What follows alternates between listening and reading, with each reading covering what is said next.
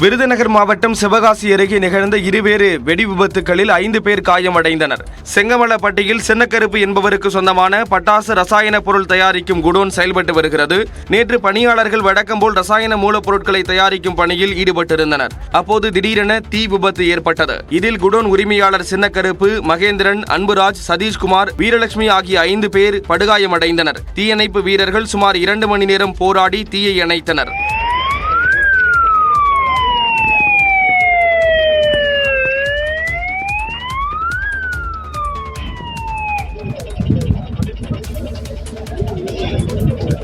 இதேபோல ஈஞ்சார் கிராமத்தில் அதிபதி என்பவருக்கு சொந்தமான ஐயன் கலர் மத்தாப்பு தயாரிப்பு ஆலையில் தொழிலாளர்கள் மத்தாப்பு குச்சியில் மருந்து செலுத்தும் போது உராய்வு ஏற்பட்டு தீ விபத்து ஏற்பட்டது. அப்போது பணியில் இருந்த 7 பேர் உடனே அலறியடித்து வெளியேறியதால் பெரும் அசம்பாவிதம் தவிர்க்கப்பட்டது. இந்த விபத்தில் பல லட்சம் ரூபாய் மதிப்பிலான கலர் மத்தாப்பு தீயில் எரிந்து சேதமானதுடன் பட்டாசு தயாரிக்கும் அறையும் சேதமடைந்தது.